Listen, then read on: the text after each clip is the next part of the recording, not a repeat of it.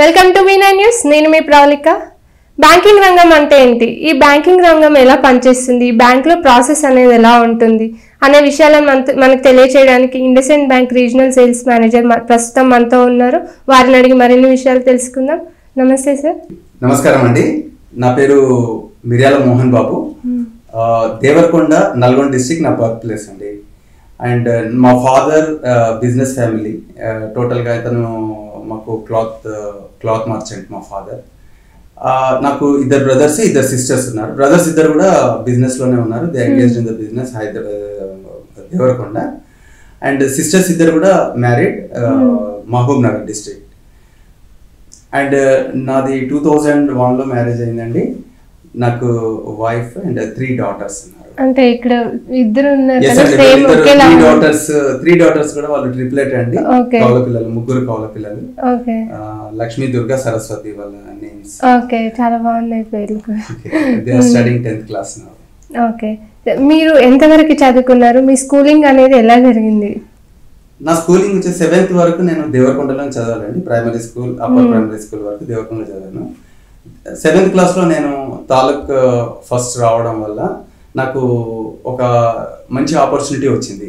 అంటే AP residential school సర్వేల్ అని చెప్పేసి, దిస్ ఈస్ అన్డివైడెడ్ ఏపీలో మొట్టమొదటి రెసిడెన్షియల్ గురుకుల్ పాఠశాల అనమాట. అంటే శాంతినికేతన్ ఉంది కదండి కలకత్తాలో, బెంగాల్లో శాంతినికేతన్ ఉంది కదా. శాంతినికేతన్ కాన్సెప్ట్ తోటి అప్పట్లోనే మన చీఫ్ మినిస్టర్ పివి నరసింహారావు గారు, అప్పుడు చీఫ్ మినిస్టర్ పివి నరసింహారావు గారు ఆ శాంతినికేతన్ లాగా ఇక్కడ మన ఏపీలో కూడా ఒక మంచి రెసిడెన్షియల్ స్కూల్, ఒక గురుకుల పాఠశాల ఉండాలనే ఒక కాన్సెప్ట్ తోటి ఆయన ఒక స్కూల్ని అప్పుడు స్టార్ట్ చేయడం జరిగింది.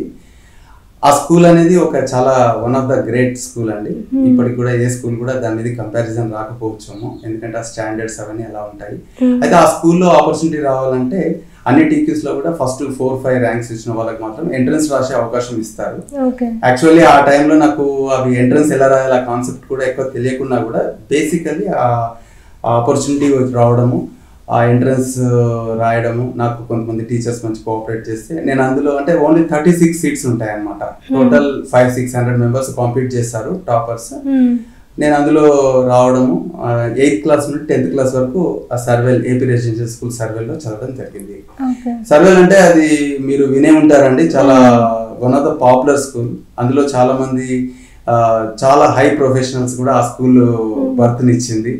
అంటే చాలా మంది ఐఏఎస్, ఐపీఎస్ ఆఫీసర్స్ కూడా మా సీనియర్స్ చాలా మంది ఉంటారు ఆ స్కూల్లో చదివిన వాళ్ళు. అంటే మీకు టు నేమ్ ఫ్యూ, ఇప్పుడు మన డీజీపీ మహేందర్ రెడ్డి సార్ ఉన్నారు కదా, డీజీపీ మహేందర్ రెడ్డి సార్ కూడా మా స్కూల్ సీనియరే, మా అలుమ్ని మెంబరే.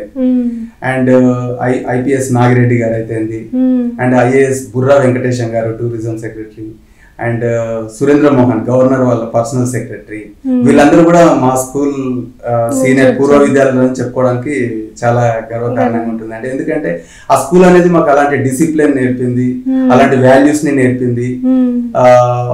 అందులో చదివిన ప్రతి ఒక్కరు కూడా లైఫ్ లో కంపల్సరీ ఒక మంచి పొజిషన్ లో, ఉన్నతమైన పొజిషన్ లో ఉంటారనమాట. So I'm always feel proud to be part of that school as I studied there. So 10th class తర్వాత నేను గవర్నమెంట్ పాలిటెక్నిక్ మాసప్ ట్యాంక్లో డిప్లొమా ఇన్ ఫార్మసీ చేశాను.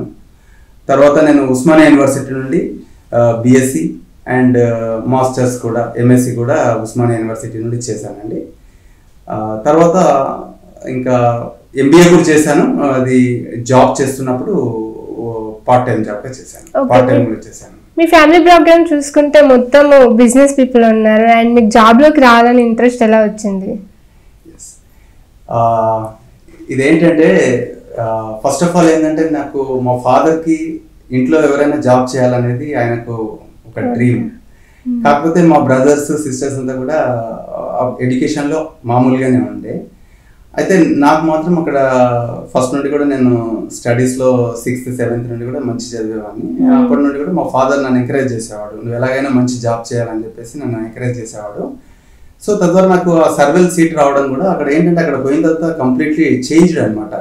నేను ఒక 65-70% ఉన్న స్టూడెంట్ని 85-90%కి వెళ్ళిపోయాను అనమాట ఆ స్కూల్ యొక్క ప్రభావంతో. తర్వాత నేను ఎక్కడైనా కూడా అంటే త్రూ అవుట్ మై కెరియర్, అంటే డిప్లొమా కానీ, ఎంఎస్సి, బిఎస్సి అన్ని కూడా 80% ఎబోలోనే పాస్ అయింది. సో నాకు జాబ్ అనేది ఒక పెద్ద విషయం, కంపల్సరీ జాబ్ చేయగలుగుతున్నాను కాన్ఫిడెన్స్ ఇంకెప్పుడో వచ్చేసింది. సో కాకపోతే ఒక మంచి పొజిషన్ పోవాలి, ఒక హయ్యర్ పొజిషన్ పోయి ఒక I have to guide so many employees అనేది నా డ్రీమ్. ఇంకా ఇప్పుడు కొంతవరకు వచ్చాము, ఇంకా చేయాల్సింది చాలా ఉందని అనుకుంటున్నాను. సో తప్పకుండా మీరు మంచి పొజిషన్కి రావాలని కోరుకుంటున్నాను. ఇప్పుడు మీరు ప్రజెంట్ చేస్తున్న జాబ్ గురించి చెప్తారా, ఎలా ఉంటుంది రోల్? యాక్చువల్లీ నా జాబ్ వచ్చేసి మేడం, నేను ఎంఎస్సి చదివిన తర్వాత నేను ఫస్ట్ నాకు ఎంఎస్సి చదువుతున్నప్పుడే నాకు బిజినెస్ పైన కొంచెం బాగా ఇంట్రెస్ట్ అనమాట. అంటే న్యూస్ పేపర్ కానీ బాగా చదివేవాడిని అనమాట. బిజినెస్ రిలేటెడ్ ఆర్టికల్స్ అని చదువుతుండేవాడిని. ఎంఎస్సి చేసినప్పుడు కాంపిటేటివ్ ఎగ్జామ్స్ ప్రిపేర్ అయ్యేవాడిని. చదివినప్పుడు నాకు ఫైనాన్షియల్ మార్కెట్స్ కానీ, బ్యాంకింగ్ గురించి కానీ, స్టాక్ మార్కెట్స్ గురించి కానీ కొంచెం బాగా నాలెడ్జ్ ఉండేది అప్పుడే 97, 98 ఆ టైంలో. సో నాది ఎంఎస్సి అవుతున్నప్పుడే కార్బీ కన్సల్టెంట్స్లో ఒక వాకింగ్ డ్రైవ్ లాగా పడింది అనమాట, మేనేజ్మెంట్ ట్రైనింగ్స్ కోసం. బట్ అప్పుడు నేను వెళ్ళి జస్ట్ క్యాజువల్గా అటెండ్ అయ్యాను. నేను ఎంఎస్సి కానీ అందరు ఎంబీఎస్ఏ కాంపీట్ చేస్తున్నారు, but I went and I attended. So వాళ్ళు ఒక 2-3 రౌండ్స్ ఇంటర్వ్యూ తర్వాత నన్ను okay he have the enough knowledge to handle this job అన్నట్టుగా అలాంగ్ విత్ 5-6 MBAs నాకు ఒక ఆపర్చునిటీ ఇచ్చారు. సో అప్పుడే నేను ఈ సేల్స్ వైపు వెళ్ళాను. యాక్చువల్లీ నా ఇంటెన్షన్ అనేది కాంపిటేటివ్ ఎగ్జామ్స్, తర్వాత టీచింగ్ సైడ్ అలా ఉండేది, పిహెచ్డి అనేది. కాబట్టి Karvy consultants was one of the top organisation during those days. నాకు అలా ఆపర్చునిటీ వస్తే ఇంకా అందులో ఇన్వాల్వ్ అయ్యాను. ఒక 2 years నేను, అంటే 1 year హైదరాబాద్లో, 1 year బాంబేలో చేశాను కార్బీ కన్సల్టెంట్స్లో. షేర్ రిజిస్ట్రార్స్లో వాళ్ళు లీడర్స్ అనమాట, registrars for the public issues etcetera. చేసిన తర్వాత నేను మళ్ళీ అప్పుడు నేను చేస్తున్న జాబ్కు ఒక ఎంబీఏ ఉంటే ఇంకా చాలా వాల్యూ ఎడిషన్ ఉంటుంది అనిపించి అప్పుడు ఎంబీఏ చేశాను. చేసిన తర్వాత నేను మళ్ళీ నాకు ఫార్మాస్యూటికల్లో ఒక మంచి డయాబెటిక్ మెడిసిన్స్ ఉండే ఒక కంపెనీలో ఒక మంచి ఆపర్చునిటీ వచ్చింది, ఒక మార్కెటింగ్ ఆఫీసర్గా. సో నేను కరీంనగర్, వరంగల్ డిస్ట్రిక్ట్స్లో ఇన్ఛార్జ్గా ఒక మెడికల్ రిప్రజెంటేటివ్గా స్టార్ట్ చేశాను కెరియర్. చేసిన తర్వాత వితిన్ 2.5 years నేను ఏరియా మేనేజర్గా ప్రమోషన్ తీసుకున్నాను ఇంటర్నల్గా. తీసుకొని విజయవాడ నుండి వైజాగ్ వరకు టోటల్ కంప్లీట్ ఒక 9-10 డిస్ట్రిక్ట్స్కి హెడ్గా ఒక 6 ఎంప్లాయీస్ని మేనేజ్ చేసే రోల్కి వెళ్ళిపోయాను అనమాట. తర్వాత అక్కడ నుండి మళ్ళీ హైదరాబాద్కి వచ్చాను, regional sales manager for the same company. So total Hyderabad నుండి అప్పుడు అన్డివైడెడ్ తెలంగాణ మొత్తం కూడా నేను అరౌండ్ 25 ఎంప్లాయీస్ని మేనేజ్ చేయాలన్నమాట. 25 మెడికల్ రిప్రజెంటేటివ్స్ని త్రూ ఏరియా సేల్స్ మేనేజర్ ద్వారా ఒక బిజినెస్ని మేనేజ్ చేయాలి. చాలా మంచిగా ఉండే నేను career. I was very much successful in the pharma career because I have the science background, I have the diploma in pharmacy background. So but అప్పుడు ఏమైందంటే నాకు అనుకోకుండా మా మిస్సెస్ కన్సీవ్ అవ్వడము, డాక్టర్ కూడా ఏంటంటే ట్రిప్లెట్ అని చెప్పేసి చెప్పింది అనమాట, triplet. So actually it was a challenging situation, ఎందుకంటే పేరెంట్స్ ఏమో దేవరకొండలో ఉంటారు, మేమేమో నేను జాబ్ ఎక్కడ చేస్తే అక్కడ ఉండేవాళ్ళము. అప్పుడు నేను విజయవాడలో ఉండేవాడిని. సో ఆ టైంలో ఏమైందంటే I decided to shift the job, ఎందుకంటే ఫార్మాస్యూటికల్ రీజనల్ సేల్స్ మేనేజర్ అంటే almost half of the days నేను టూరింగ్లో ఉండాల్సి వస్తుంది. సో నేను టూరింగ్లో ఉంటే ఏమైనా కేరింగ్ తీసుకోవడం అయితే ఏంటి, తర్వాత పిల్లలు అయిన తర్వాత కూడా మళ్ళీ నేను ముగ్గురిని అంటే కంపల్సరీ నా సపోర్ట్ అవసరం, everyday compulsory I have to be available. So అందుకోసం అని చెప్పేసి నేను జాబ్ చేంజ్ కావాలి, ఒక పర్టికులర్ ప్లేస్లో ఉండే జాబ్, టూరింగ్ అవాయిడ్ చేయడం కోసం అని చెప్పేసి నేను ఆ సెర్చ్లో నాకు హెచ్డిఎఫ్సి బ్యాంక్లో ఒక ఇంటర్వ్యూస్ జరుగుతుంటే నేను సేల్స్ బ్యాక్గ్రౌండ్ ఎలాగ ఉంది కాబట్టి నేను వెళ్ళి ట్రై చేశాను. అప్పుడు మా బాస్ అతని పేరు మహేష్ నాయుడు, అతను చూసి నాకు రిలవెంట్ ఎక్స్పీరియన్స్ ఉంది, మంచి కమ్యూనికేషన్ స్కిల్స్ ఉంది, అంటే హై ప్రొఫైల్ కస్టమర్స్ని హ్యాండిల్ చేసింది. Okay Mohan, you can do the job, నీకు సేల్స్ మేనేజర్ పొజిషన్ ఇస్తాను. ఒక అక్విజిషన్ ఛానల్ అంటే క్లయింట్ అక్విజిషన్ అనమాట. అంటే బ్యాంక్కి ఇప్పుడు గవర్నమెంట్ బ్యాంక్స్లో ఉండదు కానీ ప్రైవేట్ బ్యాంక్స్లో ఏంటంటే కస్టమర్స్ని మన ఫీచర్స్, బెనిఫిట్స్, బ్యాంక్ ఇచ్చే హై అండ్ ఫీచర్స్ని ఎక్స్ప్లెయిన్ చేస్తూ కస్టమర్ని మన బ్యాంక్లో అకౌంట్స్ ఓపెన్ చేయించడము, తద్వారా వాల్యూస్ తీసుకురావడము, తర్వాత క్రాస్ సెల్ చేసే ఆపర్చునిటీ, అంటే కస్టమర్స్ని బిల్డ్ చేసే డివిజన్ అనమాట అక్విజిషన్ ఛానల్ అంటే. దిస్ ఈస్ ఇండైరెక్ట్లీ చెప్పాలంటే it's back bone to the any bank, because first customer బ్యాంక్కి వచ్చి అకౌంట్స్ ఓపెన్ చేసిన తర్వాత we can sell various products to the customer. So that is the importance of the acquisition channel. So ఆ acquisition channel ఎలా ఉంటుందంటే private బ్యాంక్స్లో ఒక ప్రతి బ్రాంచ్లో కూడా 3 to 5 మెంబర్స్ వరకు కూడా ఒక సేల్స్ టీమ్ ఉంటుంది, బిజినెస్ డెవలప్మెంట్ మేనేజర్స్ ఉంటారు. సో వాళ్ళు ఏం చేస్తారంటే ఫీల్డ్లో యాక్టివిటీస్ చేస్తూ కస్టమర్స్ని కలుస్తూ అండ్ వాళ్ళకు మన ప్రోడక్ట్స్ ఫీచర్స్ బెనిఫిట్స్ ఎక్స్ప్లెయిన్ చేస్తూ వాళ్ళ యొక్క అకౌంట్స్ ఓపెన్ చేసి వాళ్ళకి లోన్స్ ఏం కావాలన్నా కూడా వాళ్ళకి సర్వీస్ ఇస్తుంటారు అనమాట. సో ఆ విధంగా బ్యాంక్లో month on month client base పెరుగుతుంటుంది. సో అది చాలా important. Any bank client base పెరగడం అనేది చాలా ముఖ్యం అనమాట. సో ఈ ఛానల్లో నాకు సేల్స్ మేనేజర్గా అవకాశం వచ్చింది. అది కూడా కరీంనగర్లో వచ్చింది అనమాట. సో ఓకే, నో ప్రాబ్లం, ఎక్కడైనా వెళ్తాను. నాకు ఫస్ట్ ఆపర్చునిటీ ఒక ఛాలెంజింగ్ రోల్ ఇంపార్టెంట్ అన్నట్టు నేను I move to Karimnagar with my family. 2011 వరకు కరీంనగర్లో చేశానండి. సో ఇక్కడ కూడా నేను కరీంనగర్లో 2.5 years చేసినప్పుడే నేను కరీంనగర్, నిజామాబాద్, ఆదిలాబాద్, వరంగల్ ఈ 4 districts లో అప్రాక్సిమేట్లీ 14 to 15 బ్రాంచెస్ ని లాంచింగ్ చేసినప్పుడు అక్కడ టీమ్ ని మేనేజ్ చేసేసి ఎక్కువ అకౌంట్స్ ఓపెన్ చేయించి ఆ బ్యాంక్ బుక్స్ పెంచడం వల్ల నాకు వితిన్ 2.5 years లో నాకు ఏరియా ఎక్విజిషన్ హెడ్ గా కర్నూలు ట్రాన్స్ఫర్ చేశారు. ప్రమోషన్ ఇచ్చి కర్నూలు ట్రాన్స్ఫర్ చేశారు. అక్కడ కర్నూలులో నేను ఆల్మోస్ట్ రాయలసీమ రీజన్ మొత్తం కూడా ఒక 20 బ్రాంచెస్ ని మేనేజ్ చేసేవాడిని. అక్కడ నాలాంటి సేల్స్ మేనేజర్స్ ఉండేవాళ్ళు. ఒక 6 సేల్స్ మేనేజర్స్ ని మేనేజ్ చేస్తూ నేను ఒక 20 బ్రాంచెస్ యొక్క ఎక్విజిషన్ బిజినెస్ ని మేనేజ్ చేసేవాడిని. అక్కడ ఒక ఎగ్జాక్ట్లీ 2 years వర్క్ చేశానండి. 2 years వర్క్ చేసిన తర్వాత అక్కడ కూడా నా ఏరియాలో మంచి గ్రోత్ రావడం వల్ల నాకు అసిస్టెంట్ వైస్ ప్రెసిడెంట్ ప్రమోషన్ ఇచ్చి హైదరాబాద్ కి మూవ్ చేశారు. కొంచెం హయ్యర్ రోల్ ఇచ్చారు హైదరాబాద్ బ్రాంచెస్ మూవ్ చేయడానికి. సో అక్కడ వచ్చిన తర్వాత నేను అక్కడ కూడా 2 years చేసిన తర్వాత నాకు అప్పుడు ఇండస్ఇండ్ బ్యాంక్ లో రీజనల్ సేల్స్ మేనేజర్ గా ఇంకా కొంచెం పెద్ద రోల్, హై డిజిగ్నేషన్ ఆపర్చునిటీ వచ్చింది. సో ఇండస్ఇండ్ బ్యాంక్ లో నాకు రీజనల్ సేల్స్ మేనేజర్ పొజిషన్ ఒక మా సీనియర్ ఆఫర్ చేశారు. వస్తే నేను ఇండస్ఇండ్ బ్యాంక్ లో రీజనల్ సేల్స్ మేనేజర్ గా జాయిన్ అయ్యాను. ఇక్కడ ఆల్మోస్ట్ ఇక్కడ ఏంటంటే 40 బ్రాంచెస్ ఉంటాయండి. హైదరాబాద్ లో ఇప్పుడు ప్రజెంట్ బ్రాంచెస్ 40 ఉన్నాయి. నేను ఒక 3.5-4 years బ్యాక్ తీసుకున్నప్పుడు ఒక 20 బ్రాంచెస్ ఉండేవి. ఇప్పుడు బిజినెస్ కానీ నెట్వర్క్ కానీ డబుల్ అయిపోయింది. Presently we have 42 branches in Hyderabad and we have 300 employees in Hyderabad. సో ఇక్కడ కూడా నేను సేమ్ అండి role acquisition channel, client acquisition sales team ని మేనేజ్ చేస్తాను. 40 బ్రాంచెస్లలో కూడా sales team, business development managers ఉంటారు. నేను వాళ్ళందరినీ కోఆర్డినేట్ చేస్తూ జాబ్ చేస్తుంటాను.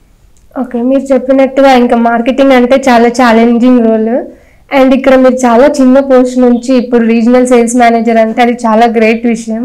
అండ్ మీకు చూసుకుంటే ట్రిప్లెట్స్ అన్నారు, ఫ్యామిలీని కానీ జాబ్ని కానీ ఎలా మేనేజ్ చేస్తున్నారు. మార్కెటింగ్ అంటే మనకి మొత్తము బయట క్లయింట్స్ని మీట్ అవ్వడము, మీటింగ్స్ అనేవి ఉంటాయి, అలా ఎలా మేనేజ్ చేయగలుగుతున్నారు?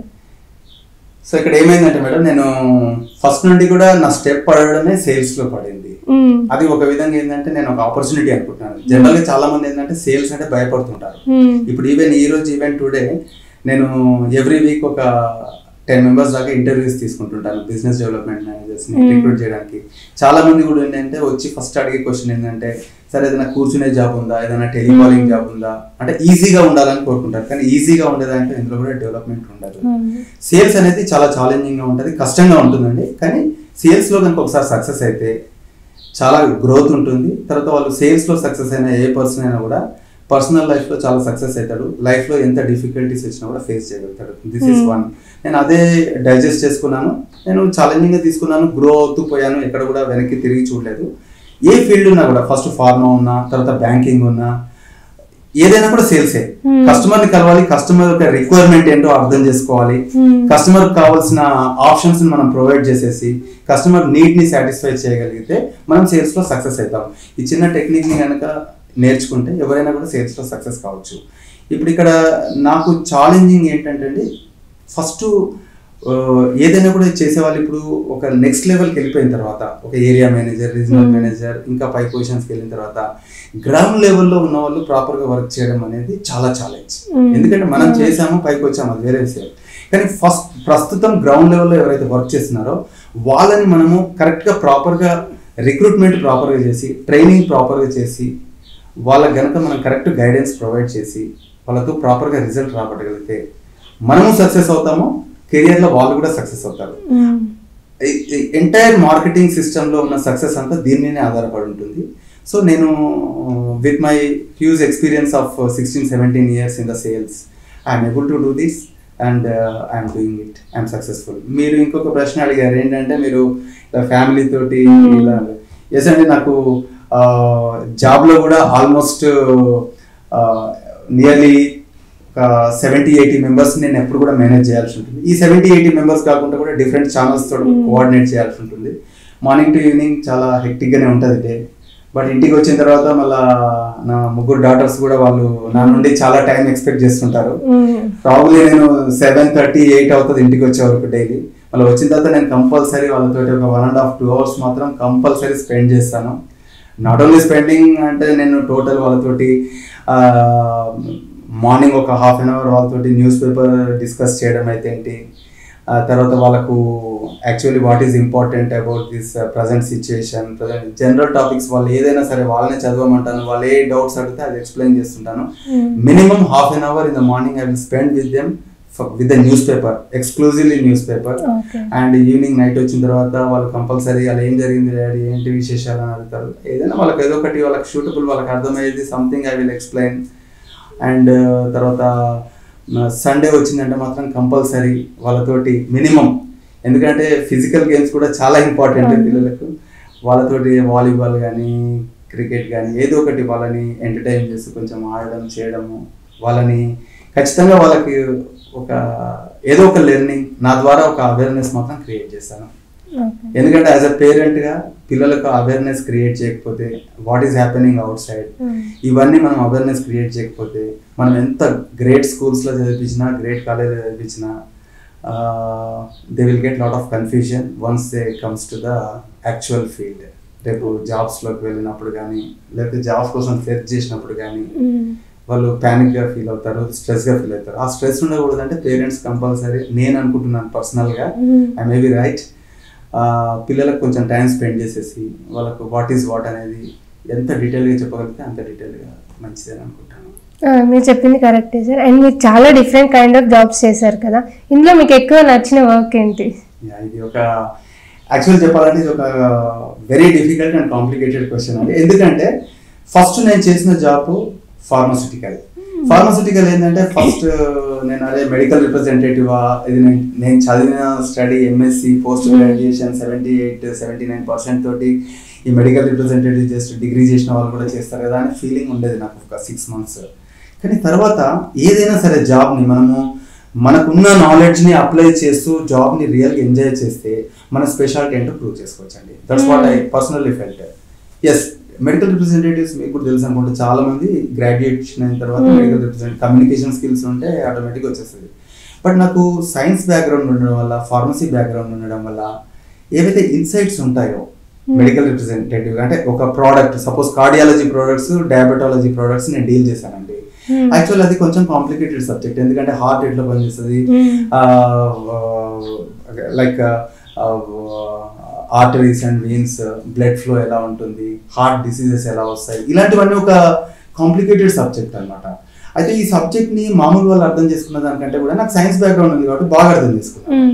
సో నేను with in 1 year I prove my self very strong అనమాట. తర్వాత అది ఎట్లాంటి సిచ్యువేషన్కి వచ్చిందంటే నేను తొందరగా ప్రమోట్ కావడానికి యూజ్ అయింది. ఎందుకంటే నేను సక్సెస్ అయ్యాను, తొందరగా ప్రమోట్ అయ్యాను ఏరియా సేల్స్ మేనేజర్గా. ఏరియా సేల్స్ మేనేజర్ అయిన తర్వాత మేము డాక్టర్స్కి Indian Medical Association IMA programmes ఉంటాయండి. అంటే ఐఎంఏ ప్రోగ్రామ్స్ అంటే మేము ఒక కొత్త మాలిక్యూల్ ఇంట్రొడ్యూస్ అయినప్పుడు, మా కంపెనీ ఒక కొత్త ప్రోడక్ట్ లాంచ్ చేసినప్పుడు మేము డాక్టర్స్ని కొంచెం ఇన్వైట్ చేసేసి, అంటే టాప్ డాక్టర్స్, ఒపీనియన్ లీడర్స్ ఎవరైతే ఉంటారో ఆ టౌన్లో ఒక 20-30 డాక్టర్స్ని పిలిచి ఒక హోటల్లో ఒక మీటింగ్ పెట్టేసి దానిపైన స్లైడ్స్ వేసి ప్రజెంటేషన్ చేసేసి how this molecule exactly works, అంటే దీని ఫార్మకోకైనెటిక్స్, ఫార్మకోడైనమిక్స్ ఎలా, హౌ ఇట్ వర్క్స్ ఎగ్జాక్ట్లీ, అంటే what are the contraindications and what are the benefits about this drug exactly, and how this molecule scores over the existing molecules. ఇవన్నీ కూడా డాక్టర్కి మంచి explain చేయడానికి ఒక ప్రోడక్ట్ మేనేజర్స్ వచ్చి వాళ్ళకు డాక్టర్స్కు సమ్ కొంత డేటా షేరింగ్, నాలెడ్జ్ షేరింగ్ చేసుకుంటారు అనమాట. అందులో డాక్టర్స్ కూడా కొన్ని క్వశ్చన్స్ అడుగుతారు అండ్ వీళ్ళు మంచి ఇంటరాక్షన్ ప్రోగ్రామ్ జరుగుతుంటుంది. అలాంటి సిచ్యువేషన్స్లో since I blessed with some good kind of knowledge because of this pharmacy and BSc MSc, I got some opportunity to speak to the highest level of doctors in certain meetings. ఒక molecule గురించి చెప్పడానికి నేనే ఒక presentation, డాక్టర్స్కి presentation ఒక stage పైన చేయడం, అలాంటి అవకాశాలు కూడా నాకు వచ్చినాయి అనమాట. చేసినప్పుడు నేను ఏంటంటే చాలా అంటే గ్రోత్ అంటే విత్ ఇన్ 7 years నాకు మెడికల్ రిప్రజెంటేటివ్ నుండి ఏరియా మేనేజర్ నుండి రీజనల్ మేనేజర్, ఆ రీజనల్ మేనేజర్ కూడా ఒక మంచి వైడ్ స్ప్రెడ్గా డెవలప్ అయ్యాను. కాకపోతే నేను చాలా హ్యాపీగా ఎంజాయ్ చేశాను, ఆ జాబ్ని చాలా ఎంజాయ్ చేశాను. నేను ఒకవేళ ఇప్పుడు ఆ పొజిషన్లో ఉండుంటే కనుక డెఫినెట్లీ ఒక కంపెనీకి ఒక నేషనల్ హెడ్గా ఉండేవాడిని 100%. కాకపోతే I compromised my career because of my daughters. ఎందుకంటే వాళ్ళకు కేరింగ్ తీసుకోవడం, వాళ్ళకి సపోర్ట్ ఇవ్వడం కూడా చాలా ఇంపార్టెంట్ లైఫ్లో. So I choose in the alternative as a banking, because banking also the fastest growing industry during that time. 2008లో నేను బ్యాంకింగ్ చేయాలి. అప్పుడప్పుడే ప్రైవేట్ బ్యాంకింగ్స్ ఇట్లా స్ప్రెడ్ అవుతున్నాయి అనమాట. ఇప్పుడు ఎగ్జాంపుల్ చెప్పాలంటే స్టిల్ ఐ రిమెంబర్, నేను ఫస్ట్ హెచ్డిఎఫ్సి బ్యాంక్లో 2008లో జాయిన్ అయినప్పుడు నేను నిజామాబాద్ బ్రాంచ్ని లాంచ్ చేశాను సేల్స్ టీమ్ తోటి. అది 942 వాజ్ అ బ్రాంచ్ కోడ్.